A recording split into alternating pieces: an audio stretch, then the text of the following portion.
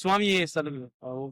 பூதநாத சதானந்தா சர்வபூத தயாபர அச்சரக்ஷ மகாபாவு சாஸ்திரே துவ்யம் நமோ நம. அகிலாண்ட கொடி பிரம்மாண்ட நாயகன் ஸ்ரீ அஷ்டசாஸ்தா சரணமையப்பா. சுவாமி சரணம்.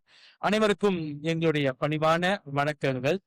இது ஒரு புதிய துவக்கமாக அமையப்போது இந்த சாஸ்தா த டிவைன் பாட்காஸ்ட் என்பது. சுவாமிய நம்ம பேசுறதுக்கு இந்த ஒரு ஒரு யுகமோ ஒரு வயதோ பத்தாது. சுவாமியை பத்தி நம்ம நார்மலா பேசிட்டு இருந்த தருவாயை தவிர்த்து இப்ப இந்த ஒரு பிளாட்ஃபார்மை, இந்த ஒரு இணைய தளத்தை நம்ம ஒரு ஒரு பிளாட்ஃபார்மா யூஸ் பண்ணி யங்ஸ்டர் மற்ற எல்லாருக்குமே இந்த அஷ்ட சாஸ்தாவை பத்தியும் சாஸ்தா வழிபாடை பத்தியும் ஐயப்பாவை பத்தியும் இதர நம்மளுடைய ரிலீஜியஸ் இன்ஃபர்மேஷன்ஸ் எல்லாம் இந்த தளத்துல நம்ம ஷேர் பண்றதுக்கு நம்ம ஆயத்தமாயிருக்கோம். இதற்கு நம்மளுக்கு ஸ்பான்சர் பண்ணி நம்மளுக்கு வழிவகுத்து தர்றது அருள்மிகு ஸ்ரீ அஷ்டசாஸ்தா திருக்கோவில் ஸ்ரம்மன் மற்றும் தத்துவமச்சி சமூக நல இயக்கத்தோட இணைந்து நம்மளுக்கு இந்த பாட்காஸ்ட செய்யறதுக்கு நம்மளுக்கு வழிவகுத்து இருக்காங்க. நம்மளுடைய இந்த அருள்மிகு ஸ்ரீ அஷ்டசாஸ்தா திருக்கோவில் ஸ்ரம்மன்ல இப்ப சமீப காலத்துல கும்பாபிஷேகம் செய்யப்பட்டு மிக சிறப்பாக நிறுவப்பட்டிருக்கு. அந்த இடத்துலதான் இந்த பாட்காஸ்ட் நம்ம செய்ய ஆரம்பிச்சிருக்கோம். நம்ம இதுக்கப்புறம் ஒவ்வொரு ஞாயிற்றுக்கிழமையும் சரியாக 2 மணிக்கு நம்மளுடைய பிளாட்ஃபார்ம் ஃபேஸ்புக், டிக்டாக், அப்புறம் யூடியூப்லயும் நம்ம இந்த வீடியோவாக நம்ம ரிலீஸ் பண்ணிருக்கோம். சோ இது ஒரு புதிய துவக்கம். ஏதேனும் பிழைகள் இருந்தால் இல்ல உங்களுடைய கருத்துக்களை நீங்க ஷேர் பண்ணோம் அப்படின்னு நினைச்சீங்கன்னா இந்த பாட்காஸ்ட் முடிஞ்ச பிறகு நம்ம அப்லோட் பண்ற அந்த சோசியல் மீடியால உங்களோட காமெண்டா நீங்க கொடுத்தீங்கன்னா நம்ம ஃபியூச்சர்ல அப்கிரேட் பண்றதுக்கும் அல்லது உங்களோட கேள்விகள் ஏதாவது இருந்தா நம்ம சரியான சோர்ஸ், அதாவது நம்ம மெயினா நம்மளோட சோர்ஸ் நம்மளோட குருசாமிங்க, குருநாதர்கள், அப்புறம் குறிப்பா அரவிந்த் சுப்பிரமணிய சுவாமி கிட்டே நம்மளால நம்ம உங்களோட கொஸ்டின்ஸ் எல்லாம் கேட்டு அதற்கான விளக்கங்களை நம்ம இந்த பிளாட்ஃபார்ம் மூலியமா குடும்பத்தை நம்ம தலைமைப்பட்டிருக்கோம். நம்மள தயார்படுத்திக்கிட்டு இருக்கோம். இது ஒரு புதிய துவக்கம்.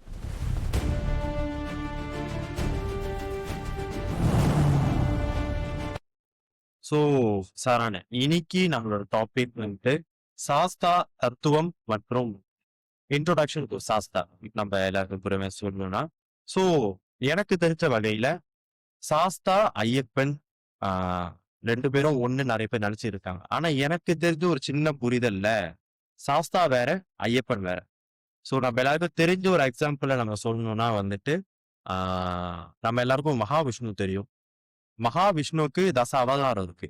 ஸோ மகாவிஷ்ணு பார்க்கடல்ல சேஷ இதெல்லாம் படுத்திருப்பாரு. ஸோ நான் அவருக்கு 10 அவதாரம் இருப்பார். அதான் ராமர், கிருஷ்ணர் இந்த மாதிரி. ஸோ அதே போலதான் Sastha is the supreme one. Poorna புஷ்கலாவோட மகா சாஸ்தாவ ஐயப்பன் அவர் கீழே உள்ள அவதாரம்.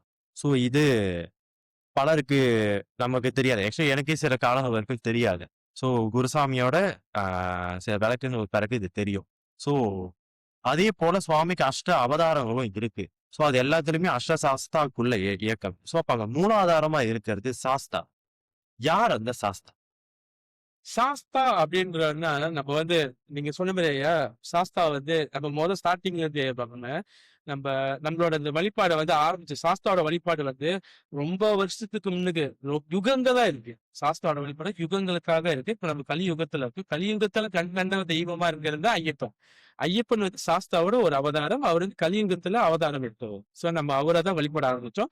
எல்லாருமே அந்த வழிபாடு இருக்கிறப்ப அவர் நம்ம யோக சாஸ்தா, தர்ம சாஸ்தா அப்படின்னு சாஸ்தாவோட எல்லா நாமத்தையுமே வச்சு அவரை கூப்பிட்டோம்.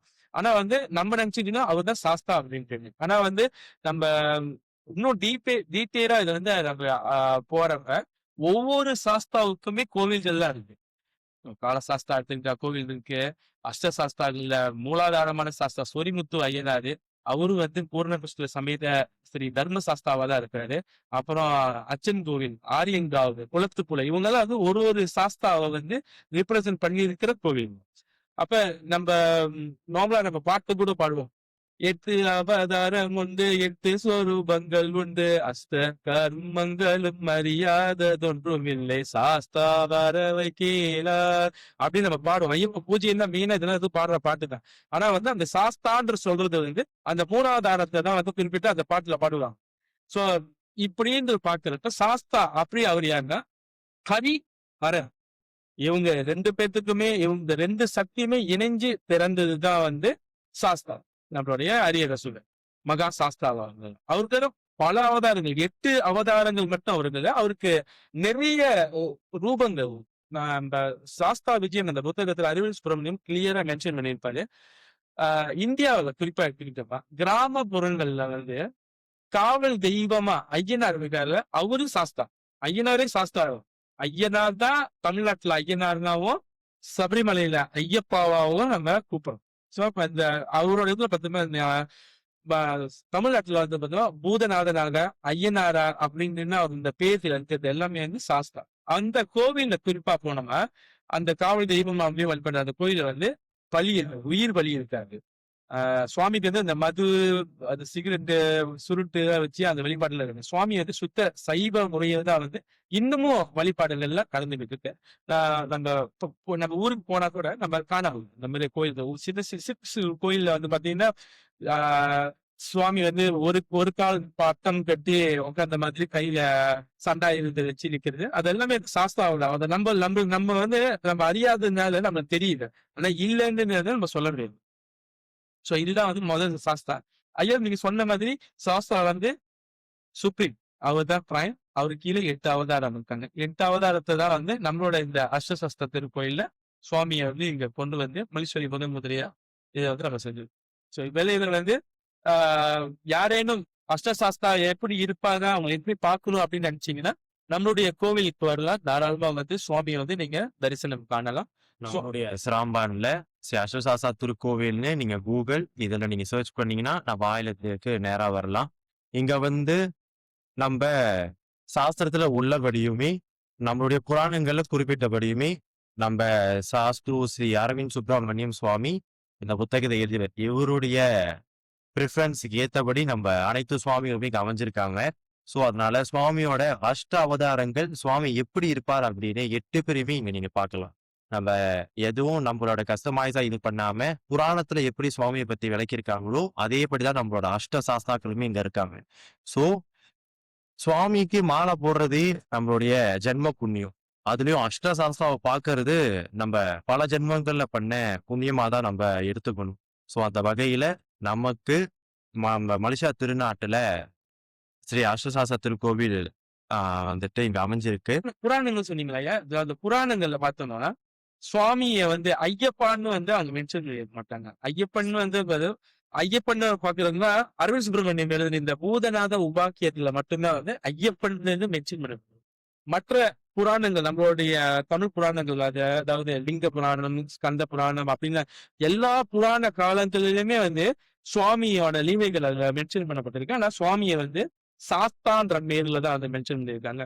குறிப்பா சிலப்பதிகாரத்துல வந்து பார்த்தோமா சுவாமி வந்து மா சாத்தனார் அப்படின்னு சொல்லியிருக்காங்க. சாத்தனார். அப்புறம் சில நம்மளோட புராணத்துல வந்து சுவாமியை வந்து சாஸ்தா வந்து சாத்தான் சாத்தன்னு சொல்லியிருக்காங்க. சோ சாஸ்தாவை வந்து சாத்தனார், சாத்தன், மா சாத்தனார், அப்புறம் ஐயனார் அப்படின்ட்டு நிறைய பரிமாண பேர்கள்ல வந்து சொன்னதால வந்து நம்ம ஒரு புராணமா ஆராய்ச்சி பண்ணி செய்யறதுன்னா வந்து ரொம்ப கஷ்டம். அதனாலதான் வந்து நான் பேசுறதுக்கு மெயினா ரெஃபரன்ஸ் எடுத்தது வந்து சுவாமி அரவிந்த் சுப்பிரமணியம் குருசாமி எழுதின இந்த மகா சாஸ்தா விஜயம். இதை வந்து அவர் வந்து எல்லா புராணங்களிலுமே என்னென்ன இடத்துல வந்து யாரை சொல்லியிருக்காங்களோ சுவாமி பத்தி அது எல்லாத்தையுமே அங்கங்க எடுத்து இதை வந்து ஒரு புத்தகமா சொல்லியிருக்காங்க. ஸோ சாஸ்தாவை பத்தி மெயினா நம்ம புரிஞ்சுக்கிறதுக்கா இது வந்து நம்மளுக்கு வந்து ஒரு என்சைக்ளோபீடியா, ஒரு டிக்ஷனரி அப்படின்னு நம்ம யூஸ் பண்ணிக்கலாம். இப்ப லிங்க புராணத்துல நான் படிச்சதுதான் வந்து நம்ம கோட் பண்றேன். லிங்க புராணத்துல வந்து நந்தி பகவான் வந்து குமர கடவுள்கள் வந்து சொல்றாரு. என்ன சொல்றாருன்னா தேவர்களின் நாயகனின் புத்திரன் அப்படின்னா வந்து தேவர்களின் நாயகன் வந்து சிவபெருமான், அவரோட புத்திரன். அவர் வந்து நம்மளுடைய பாவங்களை உயிர்ப்பார் அப்படின்னா நம்மளோட பாவத்தெல்லாம் வந்து போக்கி வைப்பார். வேத சாஸ்திரங்கள் சத்திய பொருளே அவரது அப்படின்னு சொல்லியிருக்காங்க. அடுத்தது செயல்களுக்கெல்லாம் அதிபதி, சகல குணங்களாலும் அலங்கரிக்கப்பட்டவர், யாவருக்கும் தலைவர், மென்மையானவர், மறைமுக எண்ணிய கர்மங்களை கட்டுப்படுத்துபவர், பூதகணங்கள் மற்றும் வேதாளங்களால் சூழப்பட்டவர், எப்பொழுதும் ஈஸ்வரை வணங்குபவர் அப்படின்னு அந்த லிங்க புராணத்தை சொல்லப்படும். அதே மாதிரி சுவாமி விஷ்ணுவோட புராணத்தையும் எடுத்துக்கிட்டாலும் மோகினி அவதாரத்துல சுவாமி எப்படி அவர் லீலைகள்ல வந்ததாகவும், அப்புறம் லலிதாம்பிகை அவங்களுடைய இதுல இருந்தாலும் அவங்களோட குறிப்பா அவங்க சாஸ்திர நாமத்திலேயே வந்து சுவாமியை வந்து நிறைய தடவை குறிப்பிட்டிருப்பாங்க. அப்புறம் எல்லா கந்த புராணத்துல சுவாமி இருக்காரு. மகாபாரதத்துல நம்மளோட குருசாமி எப்போது சொல்லுவார்ல, மகாபாரதத்துல கருட சாஸ்தாவே வந்து வேட்டைக்கு ஒரு பக்கம் நான் வந்து அவங்க அப்படின்னு சாஸ்தா வந்து நிறைய பரிமாணங்கள்ல எல்லா இடத்துலயுமே டிராவல் பண்ணிருக்காங்க.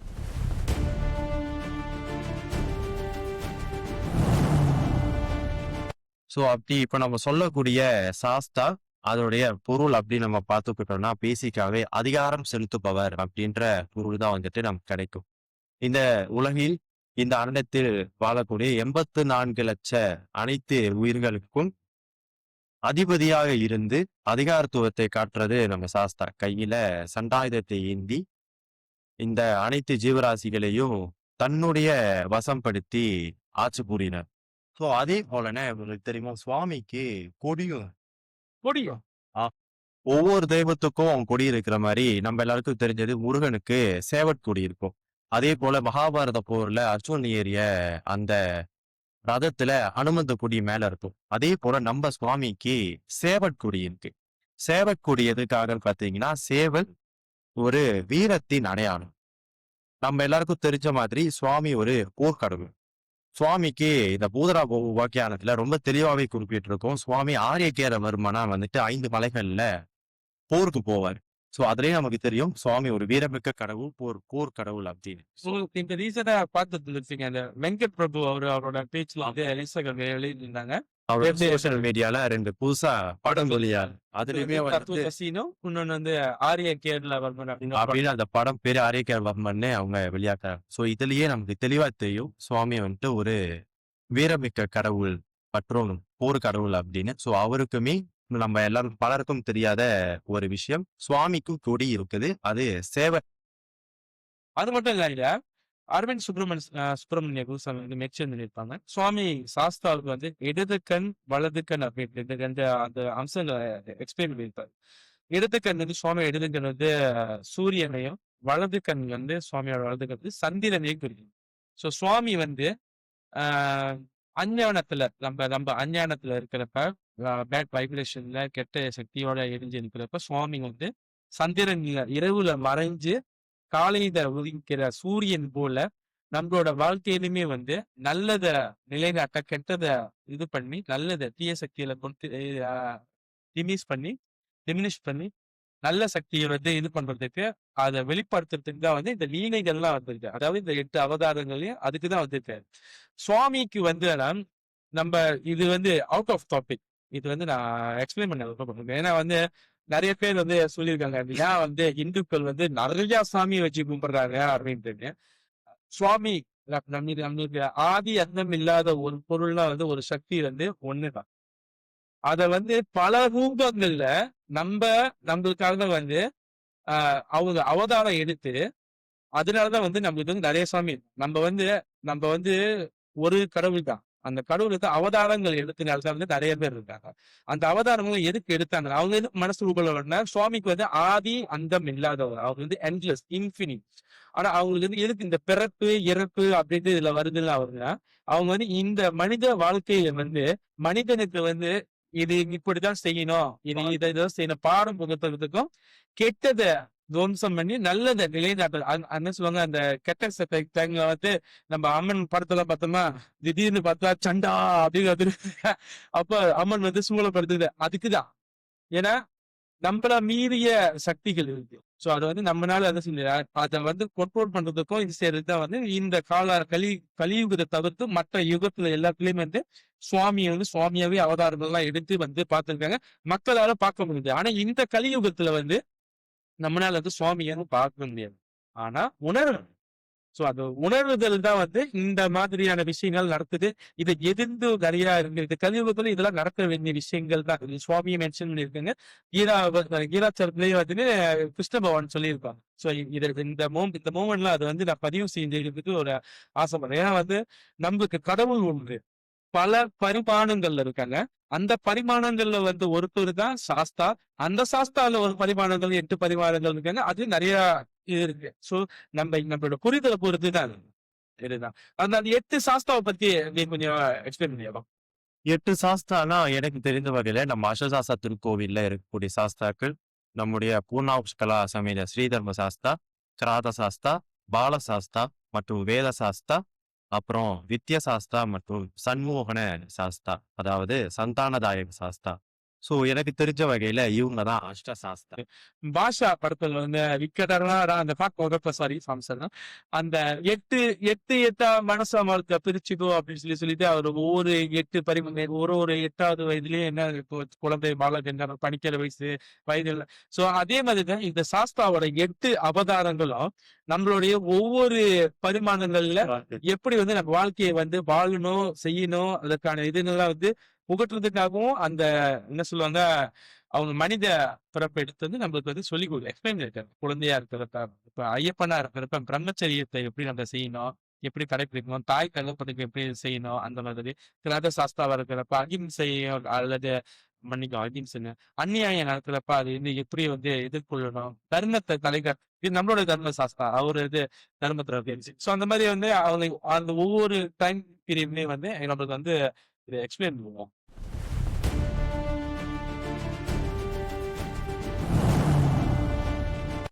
ஸோ இப்போ நம்ம அஷ்டசாஸ்தா திருக்கோவில் ஸ்ரம்பன் இதனுடைய பிறப்பு எப்படி ஆரம்பிச்சுன்றத நம்ம பேசலாம்.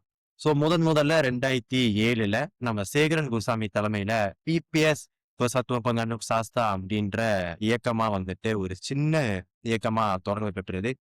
ஸோ நம்முடைய இயக்கம் பண்டாசமா சாத்தன் அங்கதான் வந்துட்டு நம்முடைய ஐயப்பா கோவில்ன்ட்டு அமைஞ்சது. ஸோ நம்ம அஷ்டசாஸ்தா திருக்கோவில்ல வந்தீங்கன்னா நமக்கு மூல சுவாமியா வந்துட்டு நம்மளோட யோக சாஸ்தா நம்ம எல்லாரும் தெரிஞ்ச ஐயப்பன் இருப்பார். அவர் பக்கத்திலேயே இன்னொரு ஐயப்பன் சிலை வந்துட்டு இருக்கும். ஸோ அவர் தான் வந்துட்டு நமக்கு மூலாதாரமா இருந்த ஐயப்ப சுவாமி. ஸோ இப்படி 2007 ஆரம்பிச்ச இந்த இயக்கமானது நம்ம மிக சிறந்த வகையில மக்கள் எல்லாருக்கும் சேவையாகவும் ஆக்கிட்டு இந்த ஆன்மீக பயணத்தையும் வந்துட்டு தொடர்ந்துச்சு. ஸோ அப்படி அந்த ஆன்மீக பயணத்துல 2016 நமக்கு நம்முடைய கிராத சாஸ்தா 2வதாக வந்து சேர்ந்தாரு. ஸோ இங்கேயே வந்துட்டு அஷ்டசாஸ்தாவோட ப்ரோக்ரஸ் வந்து ஆரம்பிச்சிருச்சு. ஸோ அதுக்கு அடுத்து 2016க்கு அடுத்து திரும்ப 2020 இந்த அஷ்டசாஸ்தா வந்துட்டு முழுமையா அமரணும் அப்படின்னு சொல்லிட்டு சுவாமிகள் முடிவு பண்ணாங்கன்னு தான் நாங்க நம்புறோம். அந்த டைம்ல தான் வந்து நமக்கு சதுர் சாஸ்தான 4 சாஸ்தா தான். ஆமா. ஸோ அந்த 2020 காலகட்டத்துல நமக்கு ஸ்ரீதர்ம சாஸ்தாவும் நம்முடைய பாலசாஸ்தாவும் வந்தாங்க. கிட்டத்தட்ட ஒரு 5 to 6 வருஷம் ஒரு கடுமையான உழைப்பு தான். ஏன்னா வந்து அந்த நீங்க முதல்ல ஸ்டார்டிங் சொல்ல ஆகம விதிப்படி சுவாமிங்களோட ரூபங்கள்லாம் எப்படி இருக்கும் அப்படின்ட்டு எல்லாம் ப்ராப்பரா சர்ச் பண்ணி நிறைய ராஜபாளையம் குருநாதர்லாம் கேட்டு அரவிந்த் சுப்பிரமணியம் சுவாமி கிட்டே கேட்டு இது வந்து ஒரு ரொம்ப லென்த்தான ப்ராசஸ். ஒரு பெரிய ப்ராசஸ்க்கு அப்புறம் நம்ம சேகரன் குருசாமி நம்முடைய ஸ்ரம்பான்சி அஷ்டசாஸ்தா திருக்கோவில அமைச்சாரு. ஸோ இங்க இருக்கக்கூடிய ஒவ்வொரு சுவாமிக்குமே ஒவ்வொரு கதை இருக்கு. ஸோ அந்த வகையில நம்ம அஷ்டசாஸ்தா திருக்கோவில் அமைஞ்சதுக்குமே ஒரு பெரிய கதை இருக்கு. ஸோ அதுக்கு மூலாதாரமா இருக்கு. நம்ம சேகரன் குருசாமிக்கு இந்த நேரத்துல ஒரு பெரிய நன்றிகளை நம்ம சொல்லிக்கிறோம்.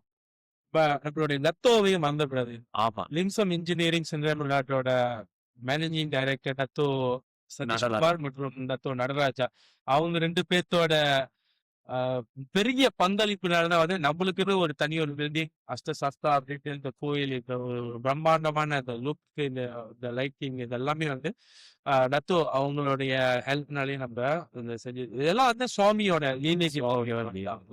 இதுல வந்து இந்த வேலையை இன்னொரு விஷயத்தையும் நான் சொல்ல கடமைப்பட்டிருக்கேன். நம்மளோட டிக்டாக் பாத்தீங்கன்னா கேட்டுப்போம் திருக்கோவில் பத்தி இது திருக்கோவில் கூப்பிடுறீங்க இது வந்து சென்டர் அப்படி இப்படின்ட்டு நிறைய பேர் சொல்லுவாங்க. இதை வந்து கிளாரிஃபை பண்ண நேரத்தில் நான் சொல்லிடுறேன். நம்ம வந்து அஷ்டசாஸ்தா திருக்கோவில் இது திருக்கோவில்னா திரு அப்படின்னா மரியாதைக்குரிய அப்படின்னா கோ அப்படின்னா ராஜா அரசர்கள் இல்லது கடவுள் நம்மளுடைய அரசர் நம்ம ராஜா கிங் மேக்கர் இந்த சென்டரோட இந்த கோயிலோட கிங் மேக்கர் ஸ்ரீதர்ம சாஸ்தா உள்ள இருப்பாரு. சோ அவங்களோட இல்னா வந்து இல்ல அவங்களோட பீட். சோ திருக்கோவில்னா நம்மளுடைய அருள்மிகு ஸ்ரீ அஷ்டசாஸ்தா பூர்ண புஷ்கலையோட சமேத ஸ்ரீ தர்மசாஸ்தா மற்றும் 7 சாஸ்தாங்களும் இருக்கிற இந்த வீட்டை தான் வந்து நம்ம திருக்கோவில் அப்படின்ட்டு நம்ம சொல்றோம். இது வந்து முழுக்க ஒரு Pusat Kebudayaan dan Meditasi cultural and meditation centre நம்மளோட இது. ஆனா வந்து இந்த இடத்துல கோவில்ல அவங்க அமர்ந்திருக்காங்க. இங்க வந்து நீங்க வந்து தியானம் இருந்தாலோ இல்ல என்ன விஷயங்கள் செய்யறதுனால இந்த ஸ்பேஸ் வந்து யூஸ் பண்ணிக்கலாம். இது வந்து ஒரு கொம்யூனிட்டிக்கான ஒரு ஸ்பேஸ். இது வந்து எல்லாரும் யூஸ் பண்ணிக்கலாம். ஆம், அடுத்து பூஜை விவரங்கள் அல்லது இந்த சென்டர் எத்தனை மணிக்கு திறக்கும், எப்படி வந்து அப்ரோச் பண்றது, இதை பத்தி கொஞ்சம் சொல்லணுமா? அது வந்து நீங்க ஈஸியா இருக்கு. கண்டிப்பா நம்முடைய திருக்கோவில் எப்போதுமே காலையில 7லேருந்து 9 மணி மட்டும் நம்ம சுவாமியோட திருநடை திறந்திருக்கும். அதே போல நடை அடைக்கப்பட்டு இரவு மீண்டும் 7லேருந்து 9 மணி மட்டும் நம்முடைய திருநடை திறந்திருக்கும். ஸோ பல பல திருக்கோவில் மலேசியாலையும் சரி அல்லது இந்தியாலையும் இல்ல உலகம் இருக்க கோயில்கள்ல சபரிமலையை ஃபாலோ பண்ணுவாங்க. நடவாசல் அப்போ ஒரு 5 நாள் வந்துட்டு திருக்கோவில் திறந்திருக்கும் ஐயப்ப சுவாமியோட. அதுக்கப்புறம் மூடிடுவாங்க. ஆனா நம்ம அஷ்டசாச திருக்கோவில் அப்படி இல்ல. நம்மளோட ஐயப்ப சுவாமிய நம்ம எப்போதுமே வந்துட்டு தரிசிக்கலாம். ஏன்னா நம்முடைய ஆகம விதிப்படி ஒரு கோவில்ல நம்ம கும்பாபிஷேகமும் அல்லது பூஜை பண்ணி நம்ம சுவாமி ஸ்தாபனம் பண்ணால் அனைத்து நாட்களும் பூஜை நடக்க வேண்டியது அவசியம். ஸோ அந்த முறைய அந்த வகையில நமக்கு இங்க இந்த ஒரு மெத்தட் நம்ம இங்க ஃபாலோ பண்றோம்.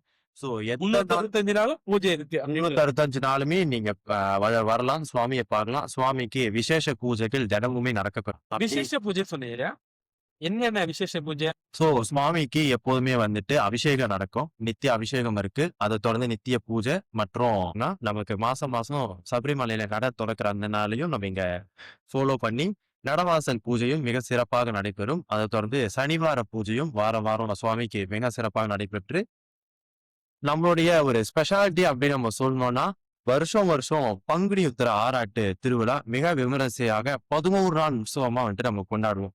அதுலயும் நம்ம இன்னும் பெருமையோடு நம்ம சொல்லிக்கிறோம்னா மலேசியால முதல்ல இந்த பங்குனி உத்திர ஆராட்டு திருவிழாவை நம்ம ஆரம்பிச்சோம் அப்படின்னு கிட்டத்தட்ட 2015 வந்துட்டு நம்ம இதை செஞ்சு இருக்கோம். அப்படியே சொல்லணும்னா இந்த வருஷம் பங்குனி உத்திர ஆராட்டு திருவிழா 11வது வருஷம். ஆமா.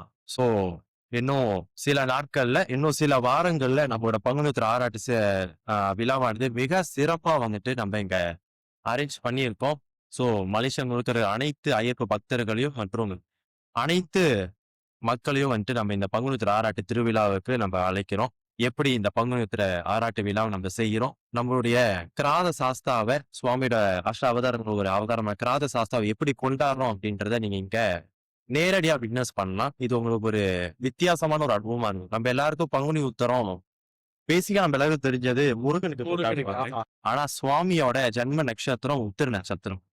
சோ அதனால அதையும் நம்ம கருத்துல கொண்டு இந்த பங்குனி உத்திர திருவிழாவும் அந்த உத்தரத்தை மட்டும் விடாம நம்ம மாதம் வரக்கூடிய உத்திர நட்சத்திரம் அன்னைக்கு சுவாமிக்கு இங்க உத்தர நட்சத்திர பூஜையுமானது இங்க மிக சிறப்பா நடக்கப்படும். சோ இதுவுமே நம்மளோட விசேஷ பூஜைகள்ல ஒன்று.